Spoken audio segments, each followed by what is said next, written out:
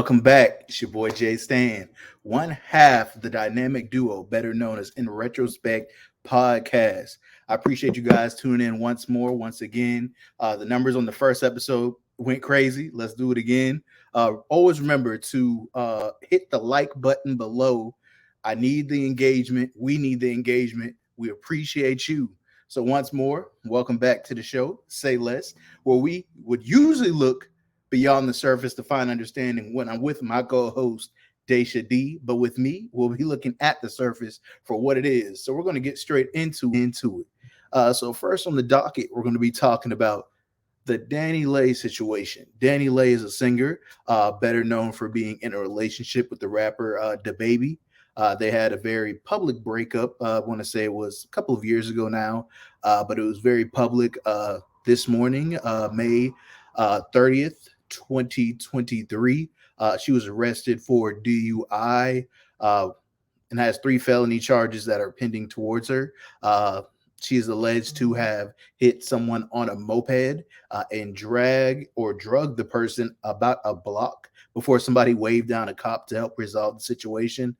She was given a breathalyzer test where she was double the legal limit to even be behind the wheel of a vehicle, which brings up a very important topic. I understand it was just Memorial Day weekend. Everybody likes to party. Everybody likes to have a good time.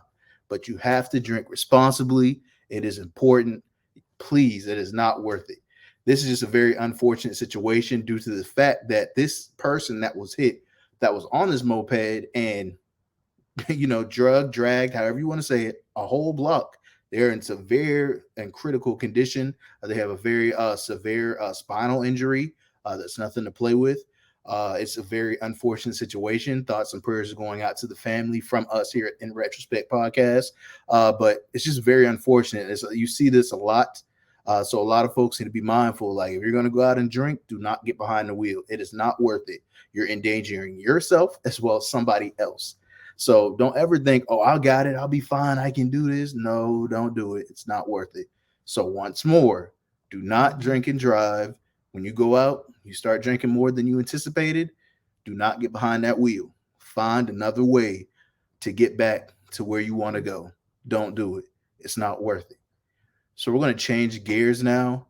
We're going to go into talking about some of these corporations, or I like to say organizations that should know their target audience, but sometimes rub their target audiences the wrong way.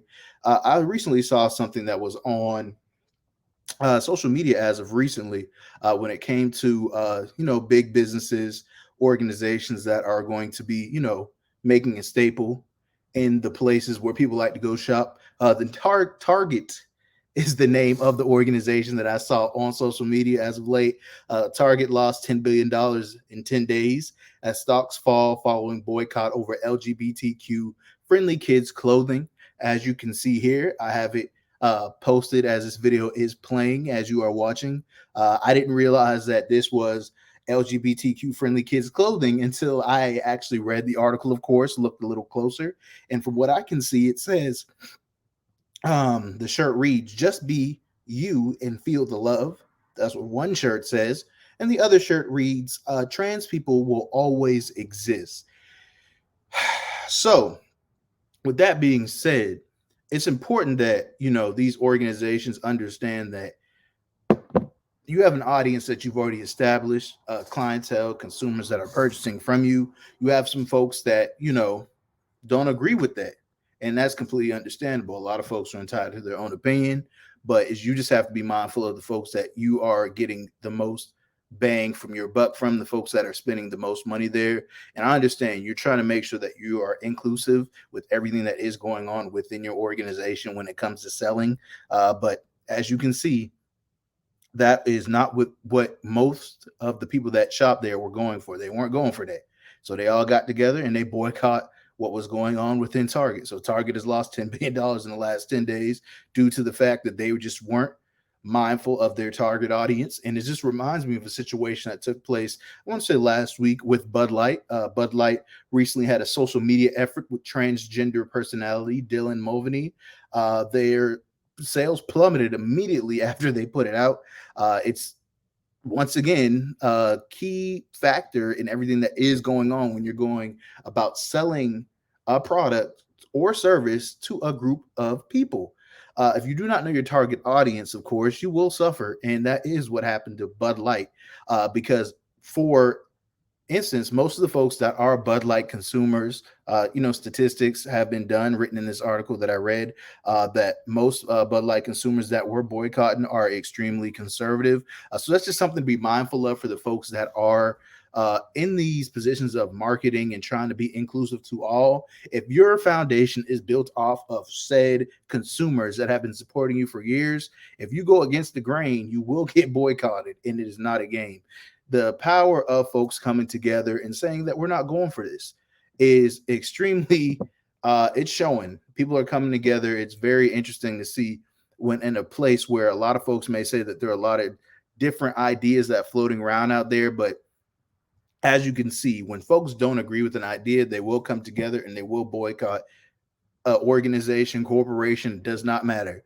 As you can see, this was well planned out, well strategized. Funds were lost, boycotts occurred. So all I can say is be mindful of your target audience. That goes not just with these corporations that I mentioned earlier with Target and Bud Light, but also with folks that are, starting your own, say, podcast channel, folks that are, selling a service or product. Be mindful who your target audience is. You do not want to, in my honest opinion, you do not want to stray away from who you are with your target audience, because that will not be good for business in any form or fashion. Now, the last topic I wanted to get into was The Little Mermaid. The Little Mermaid brought in $95.5 million into box offices in the opening weekend Memorial Day weekend, of course.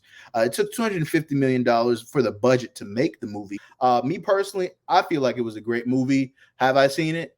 Yeah, I've seen it. I had to. I always support, anything when it comes to uh my people, I would say, because I always want everybody to understand that we have to support our people when it comes to any and everything. And that's just how I am. I don't just talk this talk. I actually do what I say. So when it comes to the Little Mermaid specifically, I will say that the movie was great in my honest opinion, because representation does matter. So when you do see little black girls see someone on the screen that looks like them, it actually, it does something for them. It's a real thing. Representation does matter. The movie, in my honest opinion, I will say that it is a kids movie. And for the adults that are in there, because there were adults that you may have seen on social media arguing in the movie, come on, it's a kids movie. It's not for adults, in my honest opinion. When it comes to, like, you know all the nuances that are being tailored towards uh imagination. Like, a lot of adults don't have imagination. I got an imagination, of course. I write children's books, as some of you may know, and if you don't know, check them out. You can look me up on Amazon at Justin Stanley on Amazon, of course, and you can find some of my books. But I will say that, I'm not just saying it's a kids movie because I'm a big kid at heart, to knock any adults from not going to see it, because you should definitely go check it out. And I felt like it was a really well put together movie. I will say that we need to make sure that we are always being mindful of remembering that these movies are predominantly for kids, and stop having these adults try to misconstrue, change it up, be like, this is not how I remember it. Well, just understand it's not made for you. And these corporations, as I mentioned earlier, are mindful of the power of the black dollar, because we do spend the most. So if you don't think that that didn't play a role into it, then you're sadly mistaken, because the spending power of the black community is extremely high. So they're mindful of that, and we are mindful of that. So I appreciate, them actually taking the time to actually implement, some people of color into these movies. It's about time, in my honest opinion. And I will say, if you guys have reached to the end of this video, I would like for you to like, comment, and subscribe. I appreciate you guys for tuning in, and always come and check me out every other Tuesday. It's been your boy JStan, one half of the dynamic duo, better known as In Retrospect Podcast. And remember to tune in every other Tuesday. Did I do that?